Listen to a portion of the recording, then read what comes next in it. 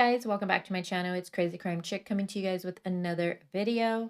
Now, this video is probably one of the more requested videos. You guys ask me at least a few times a day, either through commenting on a past video or commenting on a live. When is the next video coming out about Vonda Knox's book? And that's Beyond Tragedy, A Story of Shanann Watts. I already have 2 other videos posted about it, and if you haven't seen those, I'll link them in the description box. But I just want to say I do apologize that it did take me a little bit longer to come out with this video. A lot of different things going on in the true crime world, so again, I do apologize this one took a little longer. Now, just a little recap for you guys. Vonda Knox is Nate's mom, and Nate was the neighbor to Shanann and Chris Watts when this crime occurred. And from the book, I do believe that Vonda did live there with Nate and his family when this horrendous crime happened. And we do know that Nate has moved out since then, but Vonda Knox does still live there. Water jugs, my book bag, my computers, some of the tools that I have in the toolbox. I knew I was going to have to do some pumping unit rubbers today. That's why I was out so far.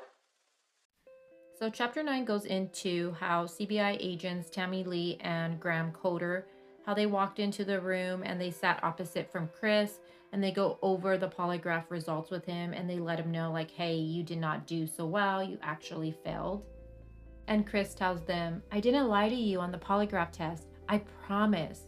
And I just think that part is so hilarious because Chris wore this mask, I believe, and he really thought that he can pull one over the CBI agents, with them thinking that he was just this great husband, this perfect dad, and he would never harm them because he promised. I'm gonna go ahead and play that little clip for you guys really quick.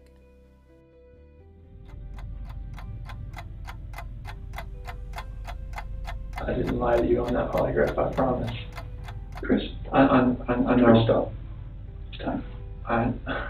Just stop for a minute. Take a deep breath. Now that's also when Tammy asked Chris, did Shanann do something to them? And we know the controversy that all sparked.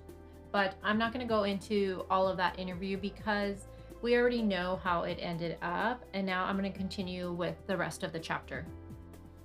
Now we're getting back to talking about Shanann Watts and the dream that Vonda Knox had. Again, remember, she says that in this dream, Shanann came to her and told her this story, and that's the story that she is relaying to us in the book.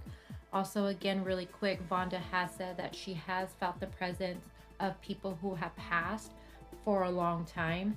And remember, it's up to us if we end up believing her story or not. You guys remember in the last video, we ended it where Shanann was at a point where she was ready to face what happened to her in order for her to find Bella and then move on to the light. Well, right here it says that Shanann walked out of the house and Speak with Stars saw her. He can tell she was visibly shaken. Her eyes were bloodshot. Her hair was all matted and disheveled. Her t-shirt was covered in dirt, and he looked at her straight in her eyes and she said, I remember. My husband murdered me and he killed our children. I don't know about you guys, but I just got the chills again. Now, Shanann knew and realized that that life she once had would never be the same and she would never go back to it. And this was no dream. It was actually a nightmare. It does go on to say that her own husband had snuffed them out, all of them. And I don't know why, but I just think that could have been written, that part, a little different. He had snuffed them out. I don't know. That's just my personal opinion on it. Now it says that Shanann knew about the affair and that Chris completely changed 100% overnight, and that he replaced her and he was trading her in for someone new. Shanann sat there quietly thinking, and then she said, when Chris put his hands around her neck, he knew exactly what he was going to do. But she couldn't move, that she was so groggy, and that she was then just shocked at what was happening. It all seemed surreal. Was this a dream? Then it goes on to say that she could see the coldness in Chris's eyes. And then all of a sudden, her life that she once knew, it drifted off into silence. I don't know about you guys, but this chapter by far reminds me of the first one in how it made me feel. When I would read it just like this right here, I am left with chills going down my body right now. Now it goes into when Chris is now in his cell all alone. And we know Chris talks a little bit about this in the letters, how inmates were shouting things to him to take his own life, to stick his head in the toilet and all that stuff. And in the letters, Chris does talk about how that must be what hell is like. So I don't know about you, but I do take some comfort knowing at least at that moment Chris was suffering. Now Shanann couldn't see Chris, but she could feel his presence, and she had to go to him at that moment because she wanted to confront him for taking her and her baby's lives. Now this next part you can find in Chris's letters, that's in Sherilyn Cato's book, but it does go on to the part where Chris talks about he's alone in the cell and he's asleep and he's woken up from this burst of cold air against his body, and he just was extremely terrified. And he said that he seen in the corner there was a presence standing there. It was like darkness just standing there. He could see red eyes and he was completely terrified of it. He couldn't move. He tried moving, but he was like paralyzed from fear. Now, if you know Chris Watts' letters, you do know that he does go on to say that it ended up being that evil presence had turned into his grandmother and grandfather.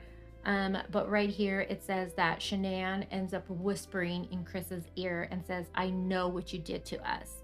And how it says, you wanted us gone. You wanted it to be easy. You quietly, calmly smothered the girls in their beds. They would simply just have slipped away. It would have been easy for you. If you gave me a bit of oxy, I would be relaxed and calm. You put your hands around my throat and squeezing into my body was limp. Would be easy for you. You stole my ability to fight back. You stole my breath. You stole my life. And then it says how when Bella, walked into the room, that it threw Chris off and the whole plan went out the door. And he was so upset because he was no longer that perfect daddy, and that his mask has fallen off and now everybody sees what a monster he truly was. Now it says that, Chris put plastic bags over Shanann's head and feet and he dragged her down like she was garbage.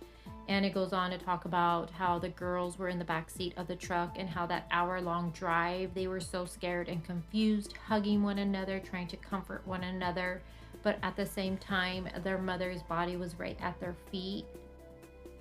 It says how he dumped Shanann in the shallow grave face down, and how Shanann, her body was confused and it gave birth to their son. It says that Cece had her favorite blanket and he used that to smother the life out of her. He climbed the ladder with her little body and put it in that small hole, listening for the sound as she hit the oil. Again, these are things that Chris himself has said also. I just want to point that out.